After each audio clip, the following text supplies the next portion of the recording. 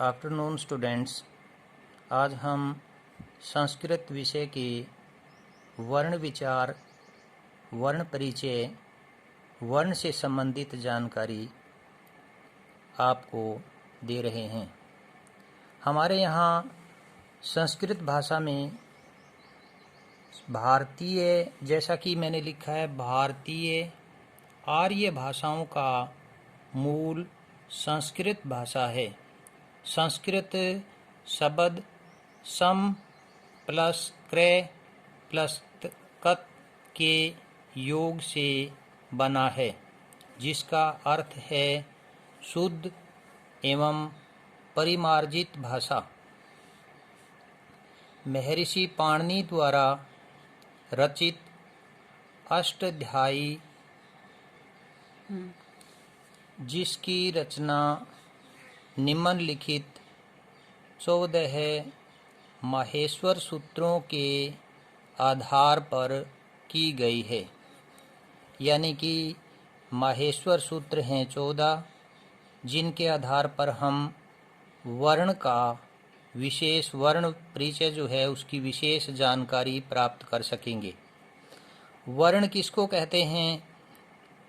भाषा की वह छोटी से छोटी ध्वनि जिसके टुकड़े ना किए जा सकें, उन्हें वर्ण कहते हैं। जैसे ए, आ, कै, ख।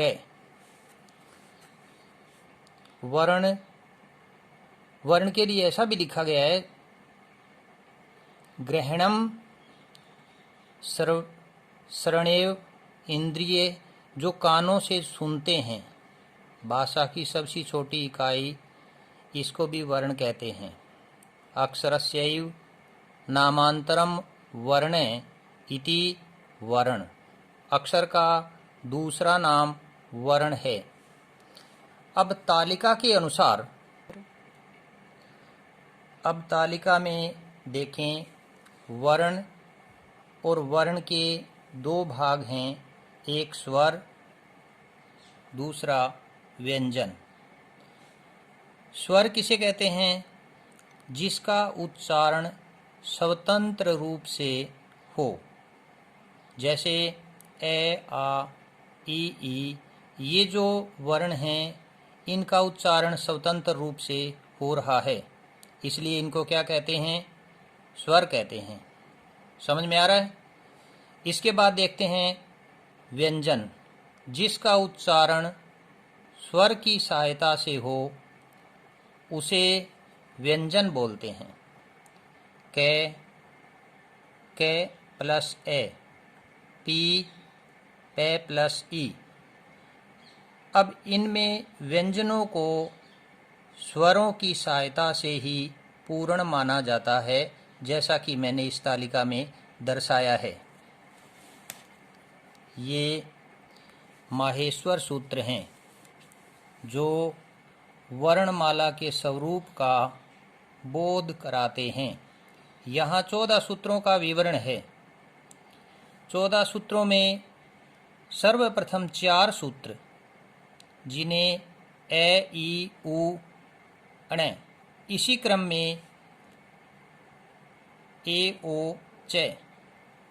तो सबसे पहले जो ए के मैंने राउंड लगा रखा है और 4 सूत्रों में अंतिम च के राउंड लगा रखा है,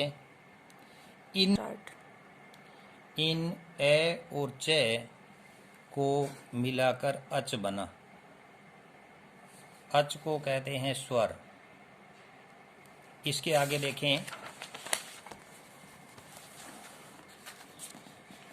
इसी क्रम में 14 माहेश्वर सूत्रों के साथ 4 का विवरण हुआ।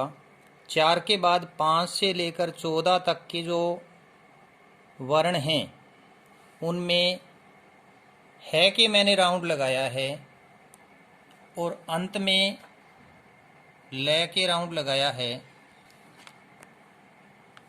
14 सूत्रों में से 4 के बाद 5 से लेकर 14 तक की जो संख्या का क्रम है, उसमें है के मैंने राउंड लगाया है, है के बाद ल के राउंड लगाया है।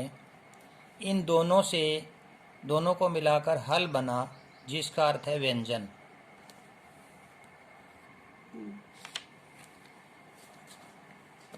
अब इसी क्रम में बिंदु नंबर 13 और 14 में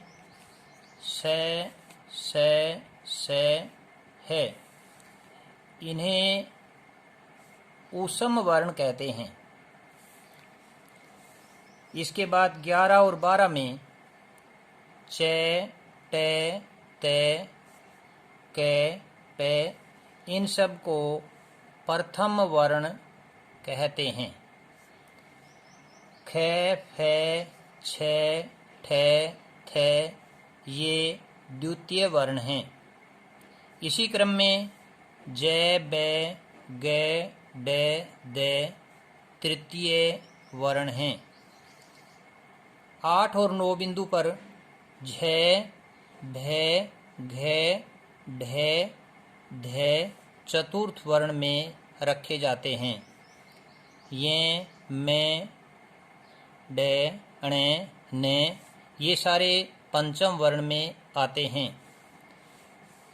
अब ये से लेकर के है को छोड़ दिया, है को छोड़ रखा है जहाँ मैंने निशान लगा दिया। उसके बाद ये, वे, रे, ले ये अंतस्थ वर्ण कहलाते हैं।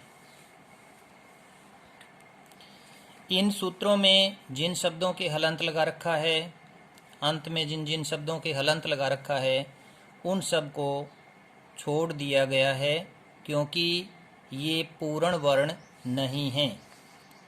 इसके बाद संस्कृताक्षराणी में 59 वर्ण माने गए हैं।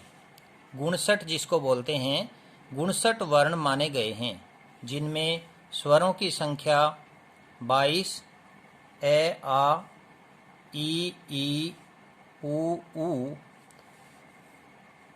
और ये जो लगा रखे हैं मैंने इस तरह से जिनके पीछे लगा रखे हैं, ये शब्द जो हैं ये ए, ई, ऊ और इनके पीछे 3 का जो निशान लगा रखा है, 3 की जो संख्या लिख रखी है, इनको कहते हैं प्लुत।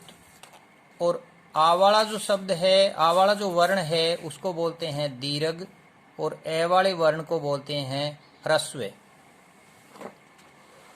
इसी क्रम में स्वर के बाद व्यंजनानी जो शब्द लिखा है मैंने, व्यंजनानी, व्यंजनों की संख्या 33 मानी है, 33 में 25 वर्गीय व्यंजनानी, जिनमें कै वर्ग आता है, चे वर्ग आता है, टे वर्ग आता है, ते वर्ग आता है, पे वर्ग आता है। इन सब का मतलब ये है कि कै से लेकर के कै, खे, गे, घे, अड़े तक के जो शब्द हैं 5, उन 5 को मिलाकर के सब वर्गों के हिसाब से 25 इनकी संख्या बनती है। और उसके बाद